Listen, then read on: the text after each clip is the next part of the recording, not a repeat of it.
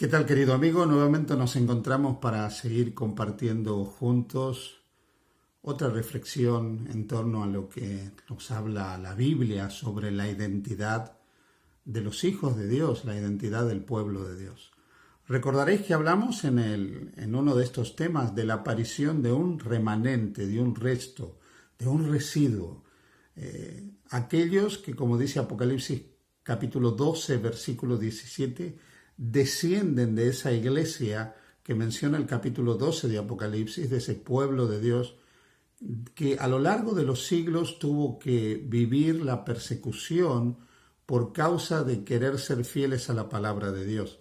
Y Apocalipsis 12, 17, cuando habla de ese grupo, de ese resto, dice que son los que guardan los mandamientos de Dios y tienen el testimonio de Jesucristo.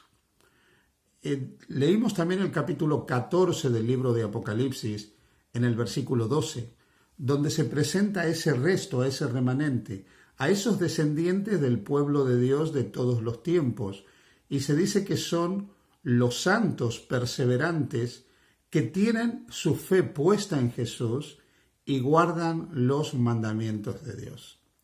Permíteme que podamos profundizar un poco en la identidad de ese pueblo, en la identidad de ese remanente, en la identidad de ese grupo de personas que guarda los mandamientos de Dios. El mismo capítulo 14 del libro de Apocalipsis presenta el mensaje que ese grupo de hijos de Dios, perseverantes, fieles, que tienen su fe puesta en Jesús como su único Salvador personal y guardan los mandamientos de Dios, presenta el mensaje que Dios le ha entregado para dar al mundo.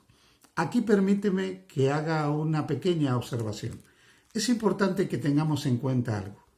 Aquellos que creemos que formamos parte de ese remanente, no creemos que seamos mejor que otras personas.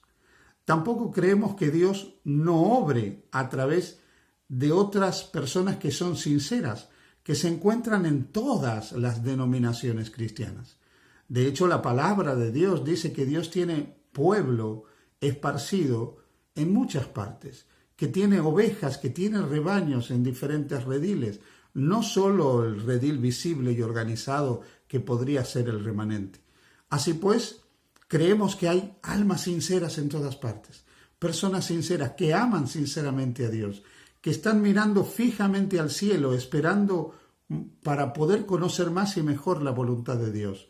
Pero creemos que este remanente que aparece luego de ese largo periodo de persecución de 1260 años que menciona Apocalipsis capítulo 12, versículo 6, y que coincide con ese tiempo mencionado en Daniel capítulo 7, versículo 25, donde el anticristo tendría su periodo de supremacía persiguiendo a los santos del Altísimo, al pueblo de Dios, y tratando de cambiar los tiempos y la ley de Dios. Ese remanente que aparece posterior a ese periodo, que dijimos que es un periodo que concluye a fines del siglo XVIII, en 1798. Luego aparece este grupo, este pueblo, este remanente, estos descendientes de ese pueblo de Dios perseguido.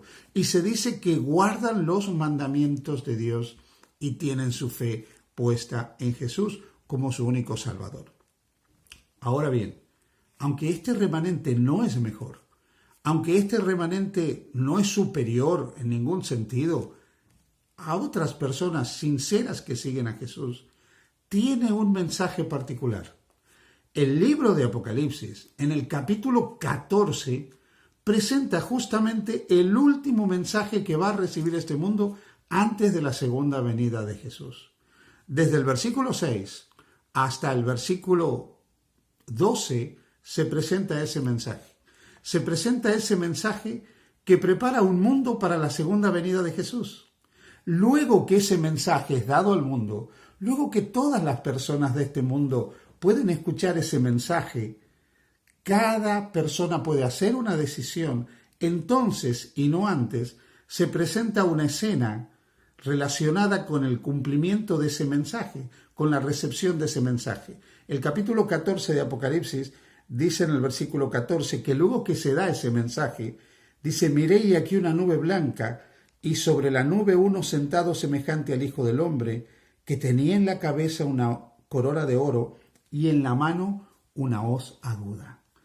luego que este mensaje es dado, entonces Jesús regresa a la tierra en las nubes del cielo. Por lo tanto, quiere decir que cuando Jesús expresó lo que está registrado en Mateo capítulo 24, versículo 14, será predicado este evangelio del reino como testimonio a todas las naciones y entonces vendrá el fin, que Jesús no vendrá antes de que el evangelio llegue a todo el mundo.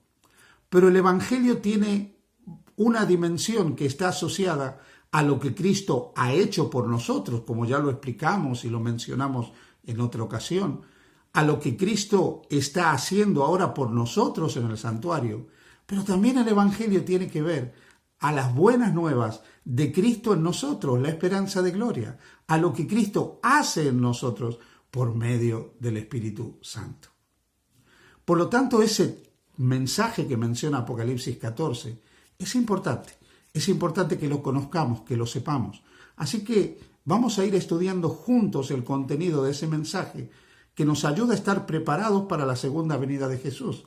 Y cuando lo compartimos, ayuda a otras personas también a estar preparadas para la segunda venida de Jesús. Capítulo 14, versículo 6 de Apocalipsis menciona a un ángel. Desde el versículo 6 hasta el versículo 10 se mencionarán 3 ángeles. La palabra ángel viene del griego ángelos y significa mensajeros. Así que aquí aparecen mensajeros que tienen un mensaje de origen celestial, un mensaje de origen divino para darlo al mundo antes de la segunda venida de Jesús. El primero de estos mensajes, en el contexto del Evangelio, es el siguiente. Apocalipsis capítulo 14, versículo 6. Vi volar por en medio del cielo a otro ángel que tenía el Evangelio eterno para predicarlo a los moradores de la tierra, a toda nación, tribu, lengua y pueblo, diciendo a gran voz: temed a Dios y dadle gloria, porque la hora de su juicio ha llegado, y adorad a aquel que hizo el cielo, la tierra y el mar, y las fuentes de las aguas. Notad, este primer mensaje tiene que ver con la llegada de la hora del juicio. Dice, adorad a aquel que es el creador de todas las cosas, porque la hora de su juicio ha llegado. Si nosotros recordamos lo que ya dijimos anteriormente, el capítulo 8, versículo 14 del libro de Daniel presenta una escena que se llama la purificación del santuario. Dijimos que esa escena, la purificación del santuario, coincide con la visión del capítulo 7, donde comienza un juicio antes de la segunda venida de Jesús, el juicio preadvenimiento, un juicio de investigación de la vida de los hijos de Dios. Ese juicio comienza al fin de esa larga profecía mencionada en Daniel capítulo 8, versículo 14, esa profecía de 2300 años que termina en el año 1844. Por lo tanto, la llegada de la hora del juicio es en ese año, cuando Daniel 8:14 llega a su fin. Así que este mensaje no podía darse antes de este periodo profético que se cumple luego de las 2300 tardes y mañanas que menciona Daniel capítulo 8, versículo 14. Y este mensaje es interesante en su contenido. Primero es dado en el contexto del Evangelio eterno. Ese Evangelio que es desde siempre, no un nuevo Evangelio. No es que hay un nuevo Evangelio, el Evangelio siempre será el mismo. Y el Evangelio son las buenas nuevas de que la salvación viene a través del sustituto, de aquel que es nuestro sustituto en su vida y en su muerte, aquel del cual Juan el Bautista dijo, este es el Cordero de Dios que quita el pecado del mundo, aquel del cual profetizó Isaías que como cordero sería llevado al matadero en el capítulo 53 de su libro. Ese evangelio, las buenas nuevas de la redención en Jesús, son eternas. Cristo, desde las edades eternas, fue destinado como el Salvador de cada uno de nosotros. Pero en el momento de la llegada de la hora del juicio, ese evangelio, esas buenas nuevas de la salvación en Jesús, tienen que ser dadas de una manera muy marcada, recordando a las personas que somos salvos por la fe, pero que en el juicio también nuestras obras cuentan como una evidencia de la fe que hemos puesto en Jesús como nuestro Señor y Salvador. Así que en este contexto se dice, adorad a Dios, temed a Dios, dadle gloria, porque la hora de su juicio ha llegado, y adorad al que hizo el cielo, la tierra, el mar y la fuente de las aguas. ¿Qué significa temer a Dios y darle gloria? ¿Qué significa? Significa básicamente lo que dice Eclesiastés, capítulo 12, el versículo 14. Porque Dios traerá toda obra a juicio juntamente con toda cosa encubierta, sea buena o sea mala. Temer a Dios y darle gloria es ser consciente de la llegada de la hora del juicio. Ahora bien, el versículo 13 de Eclesiastés 12 dice, el fin de todo el discurso oído es este, teme a Dios y guarda sus mandamientos. Si nosotros queremos dar gloria a Dios y temer a Dios, reverenciar a Dios, honrar a Dios, estamos invitados a guardar sus mandamientos, guardarlos para su gloria, para su honra, guardarlos porque realmente cuando hay fe y confianza en Jesús, esa fe y esa confianza se muestra a través de la observancia a los mandamientos. Por eso es que este remanente guarda los mandamientos de Dios y tiene toda su fe puesta en Jesús, una fe que obra por amor, una fe que obedece por amor. Así que este remanente cree en la vigencia de los mandamientos y permite que el Espíritu Santo lo lleve a la obediencia de los mandamientos.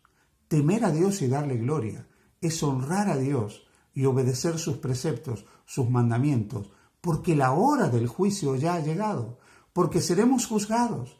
Y cuando seamos juzgados, Dios traerá toda obra a juicio, con toda cosa encubierta, sea buena o sea mala.